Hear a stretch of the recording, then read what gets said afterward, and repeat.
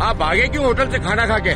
ভরপেট খেয়ে রেস্টুরেন্টের বিল পরিশোধের সময় এক আজব কাণ্ড করে বসলেন এক নারী। খাবারে বিল না দিয়েই পালিয়ে যান ওই নারী সহ আরো 5 জন পর্যটক। ऐसे तुम 10-10 हजार के बिल आप होटल में इस तरीके से भागते हो? সম্প্রতি এই ঘটনার একটি ভিডিও ভাইরাল হয় সোশ্যাল মিডিয়ায়, যেখানে দেখা যায় খেয়ে দিয়ে বিল পরিশোধ না করেই পালানোর চেষ্টা করছিলেন ওই 5 পর্যটক। কিন্তু ভাগ্যক্রমে যানজটে আটকে পড়ায় শেষ পর্যন্ত সবাইকে ধরতে পারেন হোটেল কর্মীরা। ঘটনাটি ঘটেছে ভারতের রাজস্থানে। ঘটনা সূত্রে জানা যায় পর্যটক 5 জন গুজরাটি এবং তারা রাজস্থানে বেড়াতে গিয়ে এই কাণ্ড ঘটিয়েছেন। সিয়াভার হ্যাপি ডে হোটেলে ঢুকে ভরপেট খেয়ে 10,900 টাকা পরিশোধ না করেই তারা চুপিসারে বেরিয়ে পড়েন। তাদের পূর্ব পরিকল্পনা ছিল ওয়াশরুমে যাচ্ছি বলে একে একে রেস্তোরাঁ থেকে বেরিয়ে যান সবাই।